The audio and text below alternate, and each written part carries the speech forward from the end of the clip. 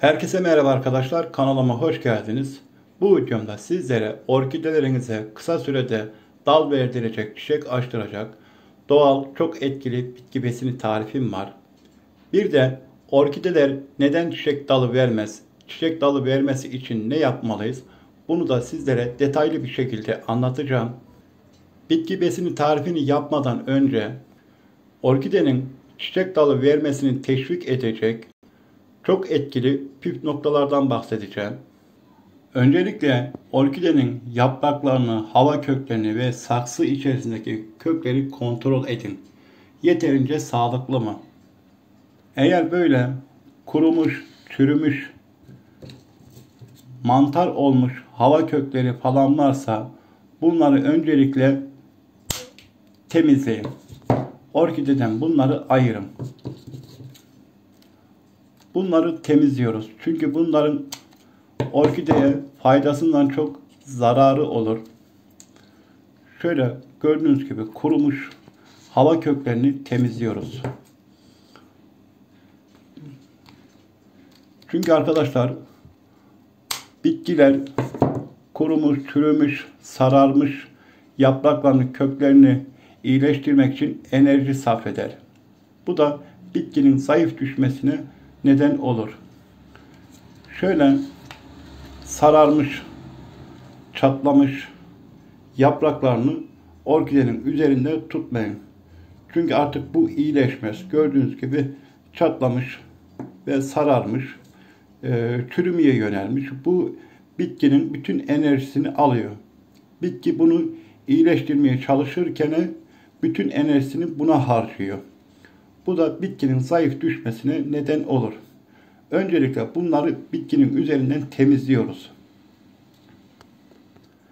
Orkidenin yaprağını koparırken de buradan bu şekilde zorlayarak kopartmayın. Bu orkideye zarar verir. Şuradan şöyle şu şekilde ayırarak daha kolay kopmasına yardımcı olursunuz. Bu şekilde daha kolay kopar, orkideye de zarar vermez.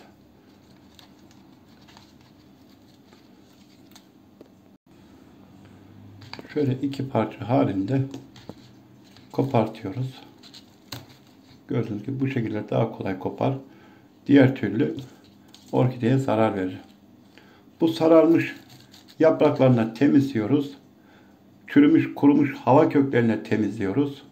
Çünkü bunlar orkideye hiçbir faydası olmaz zararından başka. Daha iyi gelişmesi için bunları üzerinden temizleyeceğiz arkadaşlar. Bu temizliği yaptıktan sonra saksı içerisindeki kökler sağlamsa ve bu şekilde 5-6 yaprağa sahip orkideniz varsa, dalı yoksa yapmanız gerekenlerden birincisi hava değişimi arkadaşlar. Eğer kökleri sağlamsa, sağlıklıysa ve böyle bu şekilde 5-6 yaprağa sahip bir orkideniz varsa hava değişimini yaptığınız zaman kısa sürede dal verecektir. Eğer orkidenin konum olarak bulunduğu yerde değişen bir hava yoksa, siz dal versin diye besin takviyesi yaptığınız halde dal değil de eğer yaprak büyüyorsa bunun tek nedeni hava değişimidir arkadaşlar. Çünkü bulunduğu yerde değişen bir hava yoktur. Siz düzenli sularsınız, düzenli besin verirsiniz. Dal değil de aksine sürekli yaprak çıkıyorsa dediğim gibi tek nedeni hava değişimidir. Akşama doğru güneş etkisini kaybettikten sonra cam kenarına bırakın, en az 4-5 saat hava değişimi görsün. Birkaç saat sonra tekrar yine bulunduğu yere bırakın. Bu şekilde yaparsanız hava değişimi görmüş olur. Kısa sürede dal çıkarmaya yardımcı olur arkadaşlar. Eğer bu söylediğim yöntemi yaparsanız bu kısımlardan dal çıkardığını gördüğünüz zaman artık yerini değiştirmeyin. 15-20 günde besin takviyesi yapın. Bir de hava kökü veya dal çıkardığını nasıl anlarsınız? Eğer Hava kökü ise ucu böyle sivri olur. Hava kökü ise eğer ucu böyle sivri olur. Eğer dal verirse ucu böyle topak olur arkadaşlar. Sivri olmaz. Bu şekilde anlayabilirsiniz dal mı hava kökü mü olduğunu. Böyle topak olursa daldır. Sivri olursa hava köküdür. Bu şekilde anlayabilirsiniz dal mı hava kökü mü olduğunu. İkincisi, yapraklarını 2-3 günde bir, 3-4 günde bir nemli bir bezle silin veya uzaktan çise düşer gibi su püskürtün. Çünkü orkide nemi çok sever.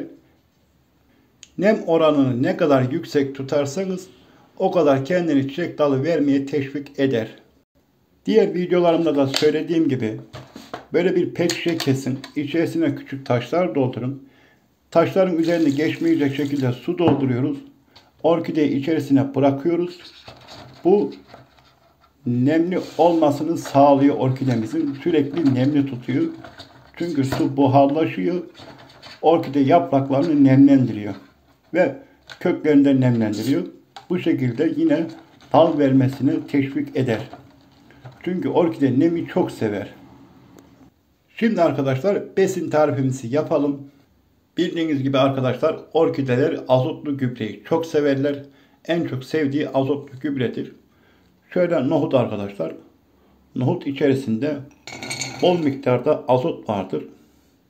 Şöyle bir bardak nohutu bir tenceremize alıyoruz. Daha sonra şöyle 2 diş doğranmış sarımsağı ekliyoruz.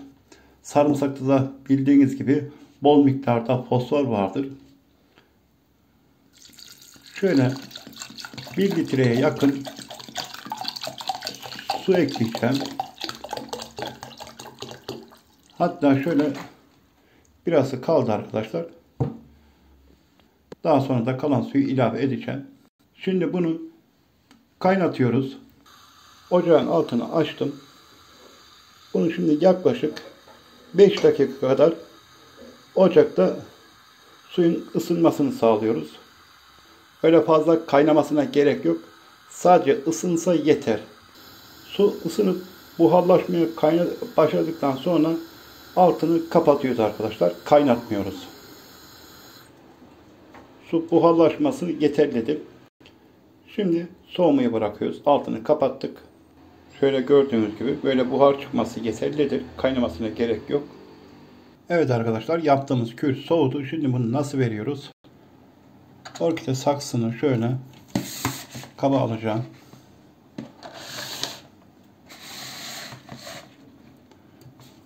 Yaptığımız kürden şöyle tabağa alacağım. Şöyle gördüğünüz gibi bir rengi oldu. Bu kürden orkidelerimize 4-5 kaşık, 5-6 kaşık bu şekilde veriyoruz arkadaşlar. Dal verdiğini gördüğümüz an 15 günde bir kür veriyoruz. Ama bu kürü verirken orkidenin toprağını mutlaka hafif nemlendirin. Diğer çiçeklerinize de vereceğiniz zaman 1 litre suya 1 çay bardağı karıştırarak verebilirsiniz. Fosfor ve azot bitkilerin, orkidenin en sevdiği kürdür arkadaşlar. En sevdiği besindir.